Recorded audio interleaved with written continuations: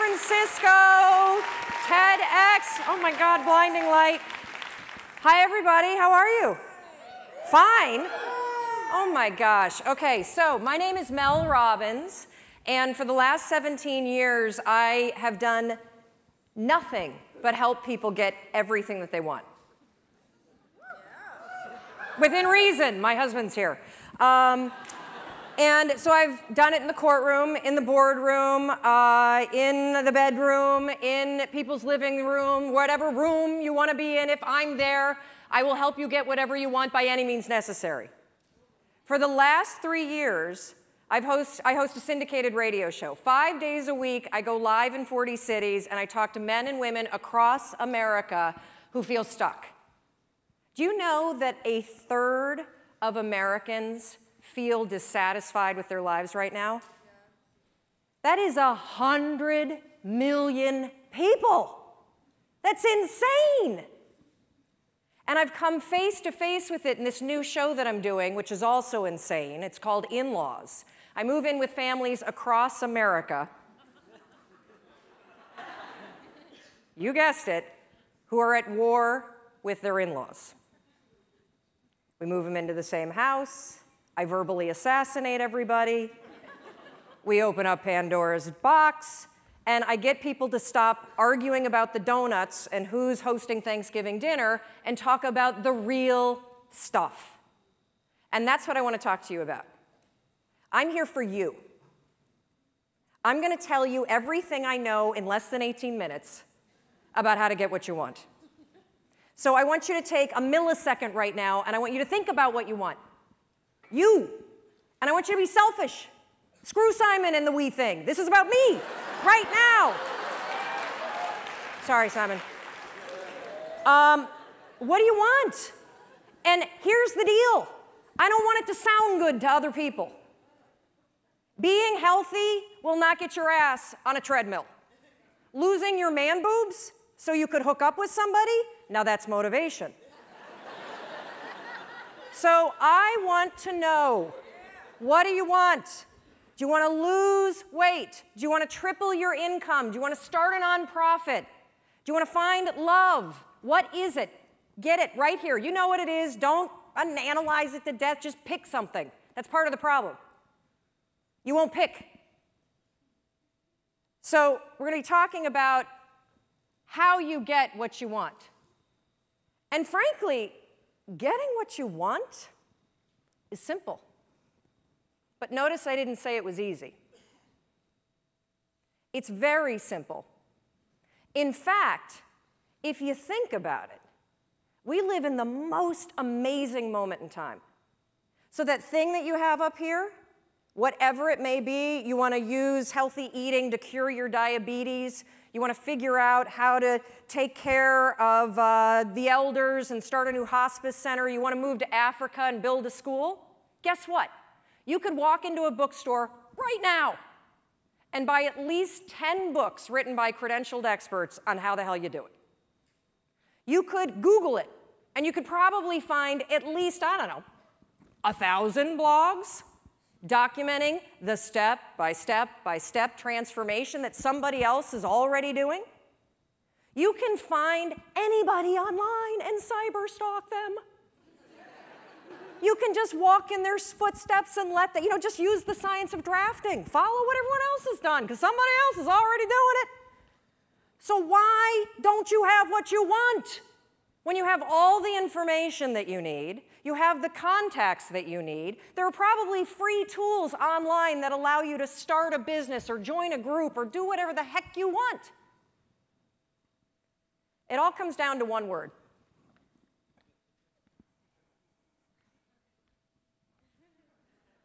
Shut the front door, you know what I'm talking about? The F-bomb. It's everywhere. You hear it all the time, and I honestly don't understand what the appeal is of the word. I mean, you don't sound smart when you say it. And it's really not expressing how you really feel. It's sort of a cheap, shot to take. And of course, I'm talking about the word fine. How you doing? Oh, I'm fine. Oh, really? You are? Dragging around those extra 40 pounds? You're fine? Feeling like roommates with your spouse? And you're fine? You haven't had sex in 4 months? You're fine? Really? I don't think so.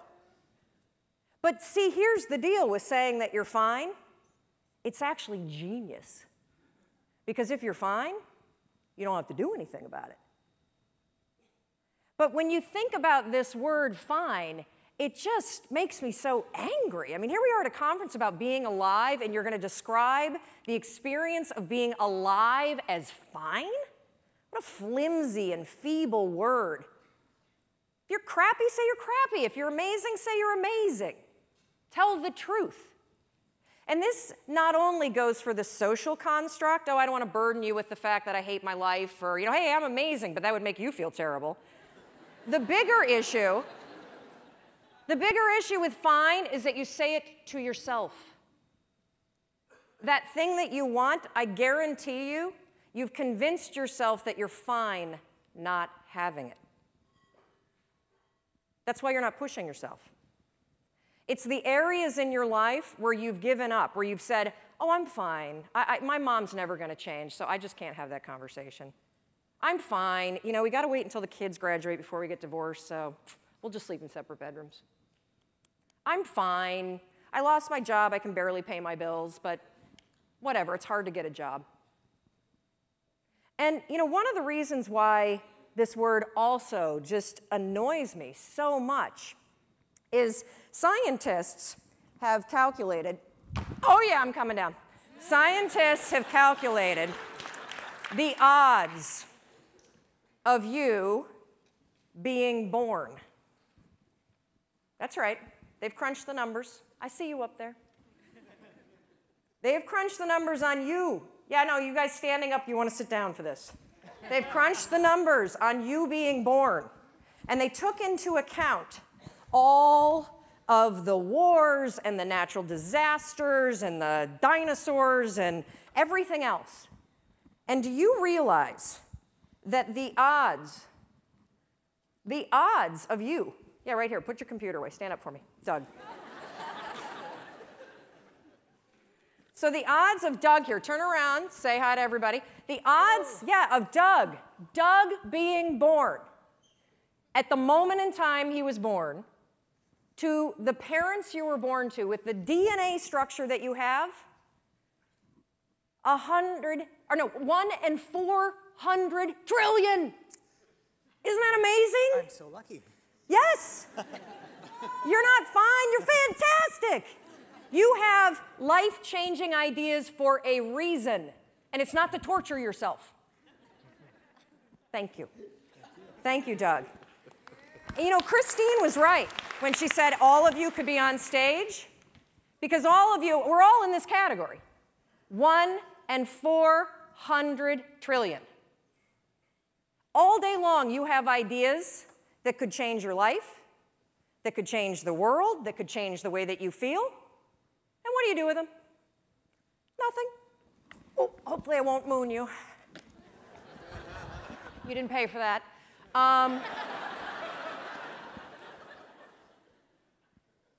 And I want you to just think for a minute, because we all have, I love to use the analogy, the inner snooze button. You have these amazing ideas that bubble up, right? You've been watching people all day, and I guarantee you, like, ping pong balls, boom, boom, boom, boom, boom, boom, boom. You've got an idea, oh, I should do this, I should do that. And every time you have an idea, what do? Boop, hit the snooze. What's the first decision you made this morning? I bet it was to go back to bed. Yep, the first decision today, I'm 1 in 400 trillion, I'm gonna go back to sleep. And I get it. Your bed is comfortable. It's cozy, it's warm. If you're lucky, you've got, like somebody that you love next to you, or in my case, I've got my husband and my 2 kids and possibly the dog. And the reason why I'm bringing up this first decision that you made today and the inner snooze alarm is because in any area of your life that you want to change, there's one fact that you need to know. Just one. You're never going to feel like it. Ever. No one's coming. Motivation isn't happening. You're never going to feel like it. Scientists call it activation energy. That's what they call the force required to get you to change from what you're doing on autopilot to do something new. So try this test tomorrow. You think you're so fancy. I know you're attending TED. Try this. Tomorrow morning, set your alarm for 30 minutes earlier. And then when it goes off, take those sheets, throw them off, and stand up and start your day. No snooze, no delay, no I'll just wait here for 5 seconds because Mel's not standing here. Do it. And the reason why I want you to do it is because you will come face to face with the physical, and I mean physical, force that's required to change your behavior. Do you think that somebody who needs to lose weight ever feels like going on a diet? Of course not. Do you think they ever feel like eating boiled chicken and peas instead of a croissant? I don't think so. The activation energy required to get your ass away from your computer and out your front door to go on the walk you said that you were going to go on is the exact same amount of force that it takes you to push yourself out of a warm bed and into a cold room. What's interesting about being an adult is that when you become 18, nobody tells you that it's now going to be your job to parent yourself. And by parent yourself, I mean it's your job to make yourself do the crap you don't want to do so you can be everything that you're supposed to be. And you're so damn busy waiting to feel like it. And you're never going to. My son never feels like getting off his DS. That's my job. Get off the damn DS. Kendall, clean up the Barbies. If you're going to have a nude party in my bathroom, at least clean it up.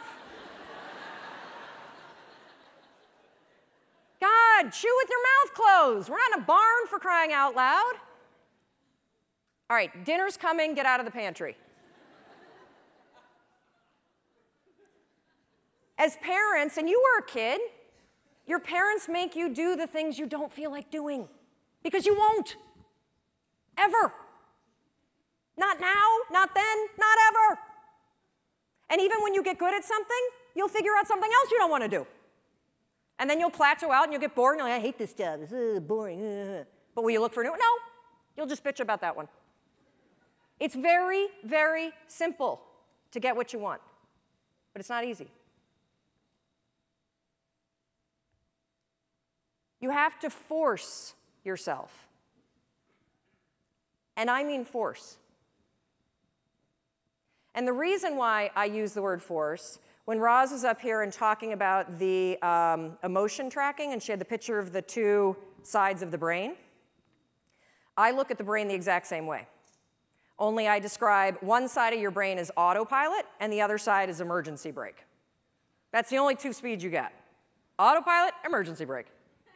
And guess which one your brain likes better? Autopilot.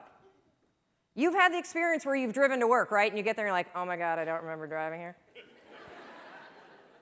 You weren't drunk. That was your brain on autopilot. It was functioning just at this level. And the problem with your mind is that anytime you do anything that's different from your normal routine, guess what your brain does? Emergency brake.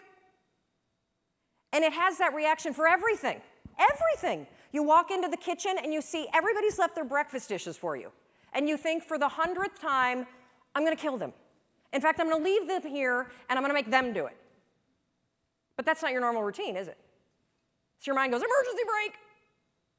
And you go right into autopilot. I'll just load it and be pissed and then not have sex. That's what I'm going to do.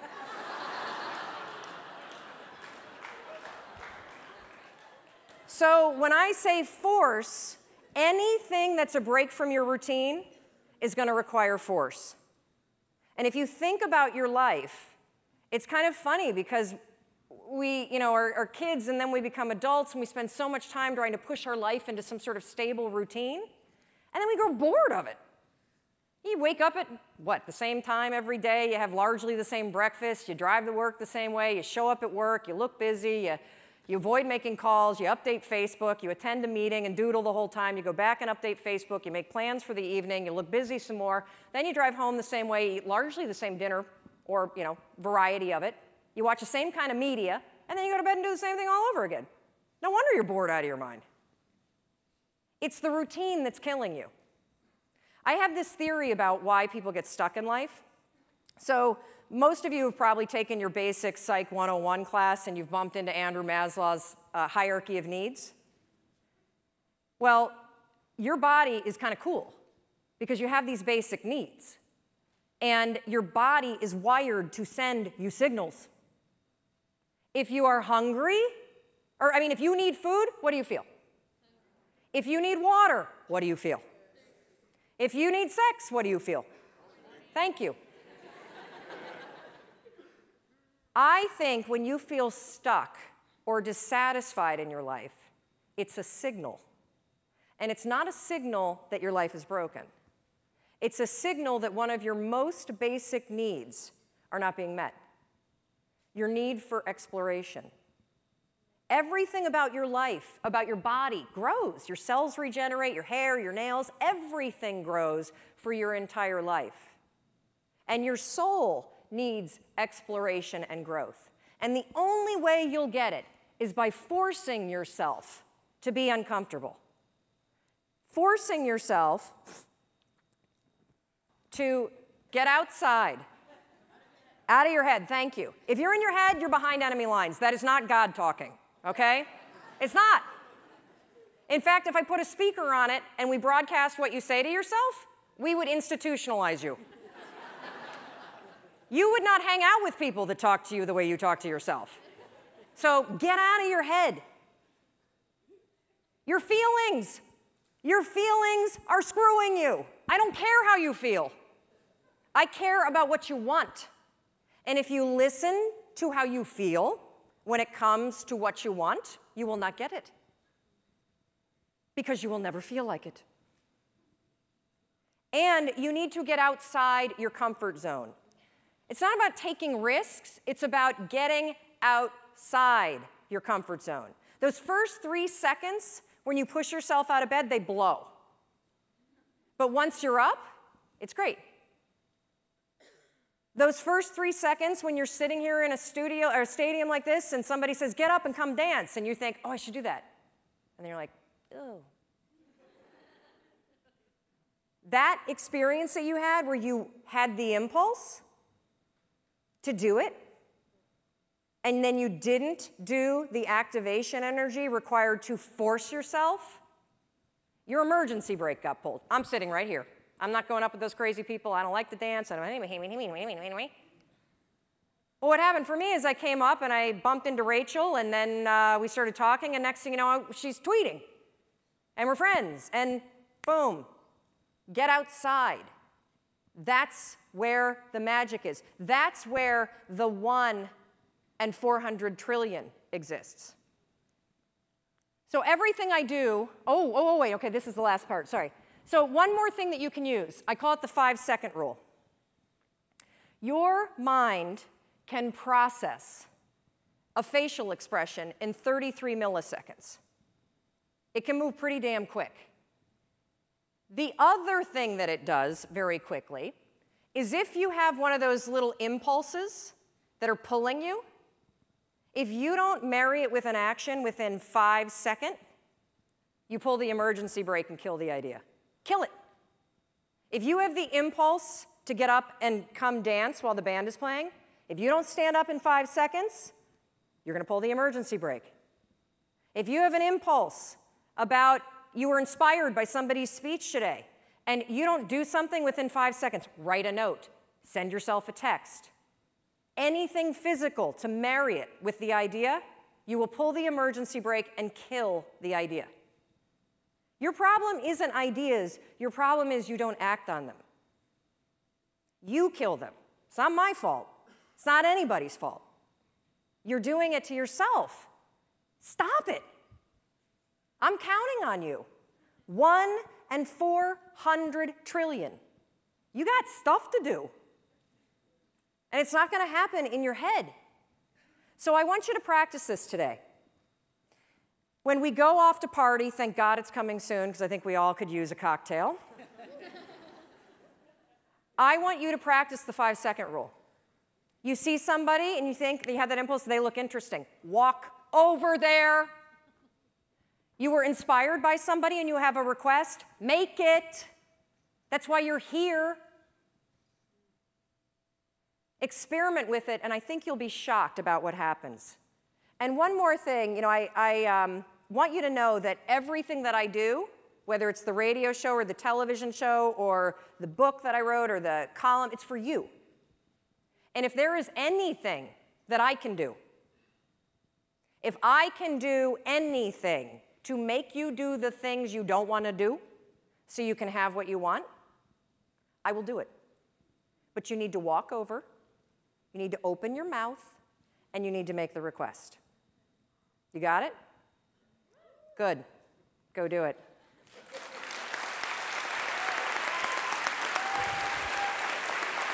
Thank you. Thank you. Yes, stand up. You have the impulse. Stand up.